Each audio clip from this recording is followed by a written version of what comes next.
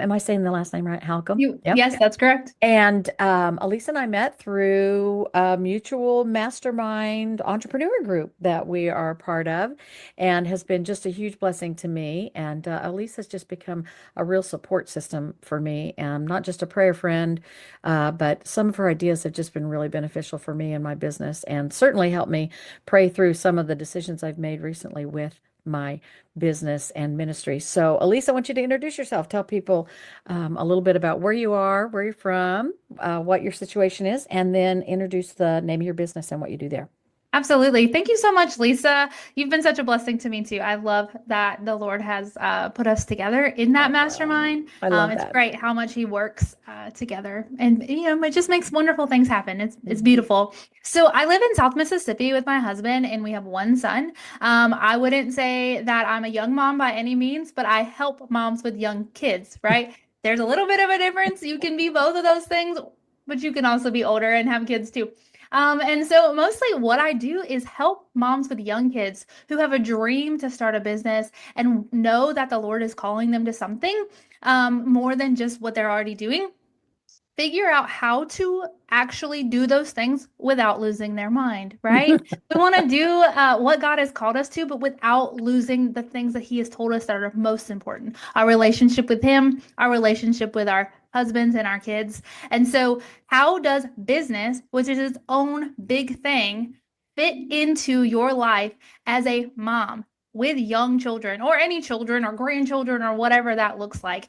And so like I said, was a little older when I had kids, and what just the one kid. And I'd been in business for a while. And so I was just rocking and rolling. I didn't have kids, so I didn't know what it actually took. And then all of a sudden there's this little person in my life that needs me to make sure he lives, right? So Mhm. like he becomes all of this for me. And I'm like, oh, I don't know how to do this. Before I had him, I had literally never changed one diaper, not in my entire life. The nurses showed me how to do it in the hospital. And so, you got to do what you got to do. So I did Gotta it, do what right? you gotta do. So I just started trying to figure out how do I make my graphic design business work at the same time where I am staying home and focus on him, my brand new priority that requires me to let him live, make him live. You know what I mean? Keep him alive. Keep him Way to alive. keep There him you go. alive. Keep him alive. Yes, exactly. So I just started creating these systems and rhythms in my life that Now, freed let's my stop there for a mind. second because I have to tell you, for the older generation, the idea of creating rhythms makes me go, I don't understand what that means. We would call that just organization skills. We would call Oh that yeah. plans that we stick to. I was not familiar with the term rhythms. And so when you say rhythms, you're talking about consistent, effective ways of living. So, like, I've got a plan. Every morning Mhm. I do this at 6, I do this at 9, I do this at noon. And those rhythms keep you from losing your bloody mind, right? Absolutely. Okay. So I just wanted to clarify that a little bit because for Yeah. folks in my generation, we're going with what? What do you mean? Yes. So, So anyway, carry on. I think that rhythms is just kind of a nicer word than like schedule because I don't like the word schedule Or and routine. I don't or like routine, like routine. all those things. Like I am a gypsy at heart, like for real. I'm living on a train, running away, like with other than because of the Lord and because of my husband is the reason why I have food and a house. So like he knew what I needed in a man, right? Right. So he's very stable. And so yes, so by creating these rhythms, which are anchored in by time in the day, because obviously we live by time, but Right. they're not so strict that every 15 minutes you need to be doing something very, very specific. So it gives you a little bit of flexibility, a little bit of freedom inside of that, but the structure of your day typically stays the same, and depending on the day and the season of life that you're in, because they do change, especially when you have little people. They Mhm. change so fast. You got to be flexible. You got to be willing to go where they're going, like what naps are changing, and now they need to eat real food, and now you're doing stuff, like all the things that happen in the first couple of years. Um, and so you just creating these rhythms allowed me to continue to work on my business and continue to focus on what God has called me to but also ensure that I am spending the time I need to do with him first and Mhm. foremost, then with my husband and with my son. And so, and in that order, obviously little people need you a lot, but you know what I Mhm. mean. Yeah. So, And I noticed um, in your, and I just want to say, because I've been going through your training materials. And one of the things that I noticed from the very get-go, you prioritize. You have to determine what are the three top things you have to do or participate in, or your identities. I am a wife and a mother, a child of God. You prioritize those things.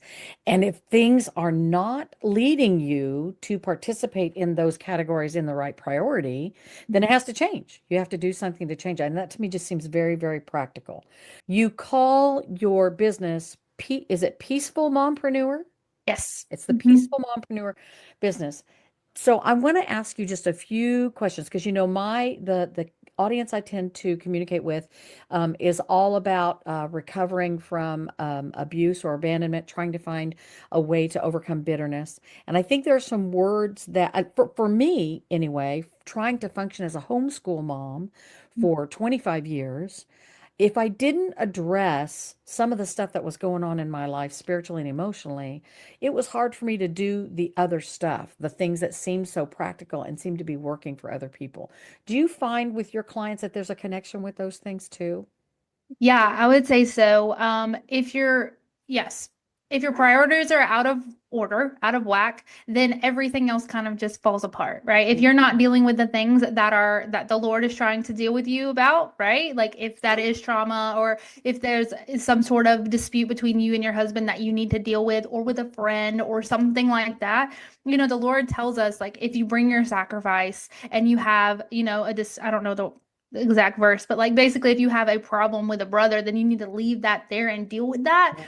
And so, if there's something in your life that has to be dealt with first, then I would definitely agree with that. It needs to be dealt with before you move forward. And it seems to me like we almost feel like we're supposed to function perfectly in these areas, in these new rhythms, in these new routines or schedules. We feel like we're supposed to perform there perfectly without dealing with the things that throw us off mentally and emotionally. And I know for me, that means, the 4-year-old spills his cereal all over the floor. And if I'm in a position where I've not been able to sacrifice my own wants or my own desires for, perfect home or whatever, if I've not done that before I'm sitting down to breakfast with the kiddos, then I'm already out of whack. I've already like prepared myself for a failure there or for an emotional outburst or whatever. So I love that you force in your system, you force us to prioritize, deal with the things God's called us to, whether it's his child first, having children second, being a wife, whatever it is, the order that you have to design or you have to, and I think that that works for people who don't have children too, who need to prioritize their relationship with the Lord. I'm going to give you some words, and I want you to kind of give me um, maybe the first topic that comes to mind. Okay. And I know this is kind of a little bit, like we didn't plan this. So, um, how important is grace with your clients? Oh, it's really important. I mean, God gives us grace all the time, and that's something that we have to be willing to give ourselves, right? And that's very important because just because you put in a system and you are rocking and rolling it doesn't mean that it's not going to just be, totally annihilated one day because the Mhm. world starts falling apart. Like that happens. Is somebody spills something, people are late, are wind up in the behind a wreck, like, and things just don't go the way you expected, and that's okay. That's okay. So giving yourself grace to know, especially as you first start doing this, you're not going to do it perfectly. You've been doing it the other way for so long. Mhm. When you first start, it's going to be hard. It'll be worth it, but it'll only work for a few for a little while until the season changes. But as you continue to do it, because the process works the same every time, you just have to kind of work it, and it gets faster and easier as you do it. And so you just give yourself grace to say, okay, maybe this isn't working anymore. Maybe I need to change what that looks like. I have a friend who She's a homeschool mom. She has three girls, and they wanted to be part of a co-op so bad that was on a particular day, but she hosted a Bible study on that particular day. And they had tried all the other ones in the area and they were not working out for her. Mm. And I told her, we were just talking and she was just, telling me about it. And I told her, I was like, you can move this Bible study. Like, we are important, but your daughter is more important. Hmm. And And she was, that makes you go back to your priorities, right? These three yeah. callings or whatever that you start with. Yeah, yeah, yeah. Absolutely. And the thing is, she moved it, and now they go to that co-op. People still come to her Bible study. And so, like, she had to give herself grace to say, like, this isn't working right now. I Hmm. can change it. We have control of our situations. We get to control what we're doing each and every day. Not completely, there are things that Right. we need to Well, and control, that but brings me to the next topic because I know as part of the training that I've gone through with you, we talk about things that you can steward, that be in stewardship with, and Mhm. things that you cannot. So are there some things? So explain that a little bit because I think it was kind of a revelation for me to realize there are some things I can steward and Mm. some things that are not steward, I can't steward them, but are that I have to respond to. So talk to me a little bit about that difference. Yeah, absolutely. So we call it like stewarding or stewarding and surrendering are the Surrendering. things, right? So stewarding are the things that we can control. We can control how we react, how we act to people, our thoughts. We can control where we go mostly, kind of thing. But there are things you can't control. You can't control other people's thoughts, other people's reactions, other people's feelings about what you're Mhm. doing. But you are control of what you do with your family, and you and your spouse is, as a team, decide what you guys do. And other people will have opinions about that. And And you have to you surrender that, right? You you have can't to steward that. surrender You have to that. surrender that. You have to surrender that and also decide that if like because opinions, everyone has an opinion, right? And some of them are good for you and some of them are bad. Most of them are probably bad. So you get to decide who's speaking in your life and if that's important for And whether you it's to deal with. okay, if it's okay for them to speak into, because a lot of times Absolutely. it's just not. Absolutely. I will tell you one of the things that I find with a lot of the clients that I talk to about facilitating freedom and getting rid of the bitterness. Many of us who have been abused or abandoned, we tend to become the parents that we know we don't want to be. We're enablers. We tend to not ever want to say no. We don't want to let our kids down. They're going to stop loving me if I don't do everything that they need for me to do. I'm not going to be perfect, and I don't want them to see I'm not perfect. There's just this enabling mentality. And I find that there are a lot of things that I have not surrendered. I still respond to their disappointment in me. I still respond when I have to tell them no, or I don't tell them no when I know I should. Do you find that there are a lot of people that work through your process that still struggle with that as well? And what do you kind of attribute that to? So yeah, absolutely. I think learning how to say no or learning how to only be, responsible for ourselves is a problem that most people have. Nobody wants anybody to be upset with them. Like that's not a thing we want. And I don't know what I would attribute it to. I'm not sure exactly like where that stems from other than wanting to be liked. Mm, Um, but I would say that I think most people deal with it, no matter what their background is. But practicing saying no is a skill. Like saying no is a mhm. skill. And so you don't get better at running unless you start going running, and you're not going to get better at saying no until you start saying no. I love that. And I will say that I think I remember a time when I was super busy in the church and still trying to take care of three little kids. And homeschooling. And we were in everything. My husband and I taught every class. We were in every VBS planning meeting. We were in every mission friends coordination. We were part of everything all the time. And I remember the Lord just really saying to me, "You've got to be able to keep saying yes to these three little ones." And that's going to mean saying no to these people that are trying to pull these things through. And they're good things that they were Yeah. asking me to do. It's not that they weren't. It's Yes. that I was really struggling with, well, am I a better Christian when I say yes to one and not another? Am I a better Christian when I say no to the thing that's coming right out of the church, needs to be done at church, right?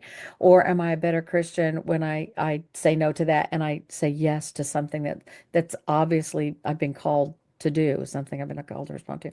So I do love the fact that I really think it's important to give these young busy moms, especially mompreneurs, the ability to say no to Mhm. things. So what do you tell these moms that have decided they want to start out with a business? What is kind of a first priority when they feel like they need to give more time to their business? How do they decide how much time to give to their business? Well, I think it's different for everybody, right? Especially what type of business you're in and what season of life that you're in, right? And so I would tell them to take a step back and actually inventory their life. Like, what are they doing right now? And like, you can't add stuff unless you're doing nothing, which if you were a mother, you are not doing nothing, right? There's no And way to so be that person, there's is there? there's no way, right? And so if you to add things means to remove things. Right, so So I can't do one without the other, and I have a kind of we have a kind of a rule in our house.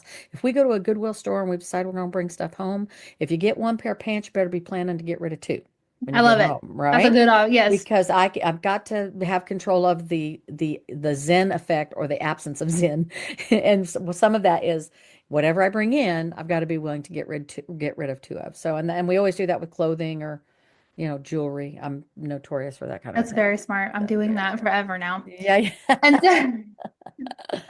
so, yeah, so I would just say like look at your life and see what you're doing. Literally walk through your days and make a list. This is how it makes it's easy for me and I walk with my clients through stuff like this. Like make a list of what you're actually doing, not the stuff you want to be doing, not the stuff you wish you were doing, the stuff you're actually doing.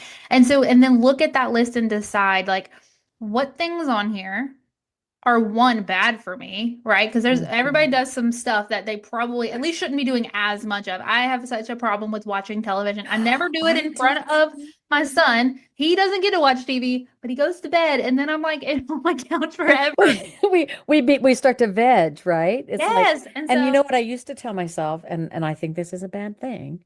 I used to tell myself, well, this is the only chance I get to be alone and do something I want to do. yes, And but in if I were to really look at it, it's a big time suck. It just yes, completely takes steals your time. I mean, those feels are it. moments you cannot get back that you Nope. spent in front of, old 90210 episodes or whatever. Exactly, exactly. So as you're looking at it, and if that's you, just like me and Lisa, then there's some hours that you could use for something else. And like you definitely need downtime. I'm not telling you that you need every minute of your day needs to be something super, super productive, but television, scrolling, like those types of things do not, I Mhm. have never met a person that they fill up. You know what I'm Right. saying? Like My spirit did not get overjoyed at those 15 minutes of scrolling through Facebook Reels, right? absolutely, right? Right. So find things in your life that do fill you up and actually continue to do those. So like don't get rid of those things. But just give yourself grace, like we were talking about earlier. Like you don't have to do everything. You're allowed to Mhm. say no. Your schedule is yours and your family's. And if you're in charge of little people, then their schedule is also your responsibility. So as you're start wanting to start this business and you know that you're going to have to give it some time because if you don't give it any time, it's just a dream, my friend. You're not actually starting Mhm. anything.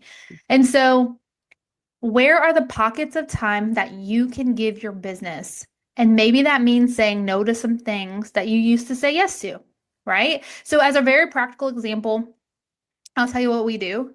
I work when Asher, my son, naps, which is very like an easy time to do it, right? So if you have kids that still nap time is great. All the laundry won't get done, your kitchen won't be as clean, and you're just gonna have to be okay with it. Okay. That's right. And so, so you have to find a different time to And clean. you're just gonna have to be okay with it. I love that. And I and Yeah. I'm and I'm really what's really funny is I am notorious for giving that advice to someone else.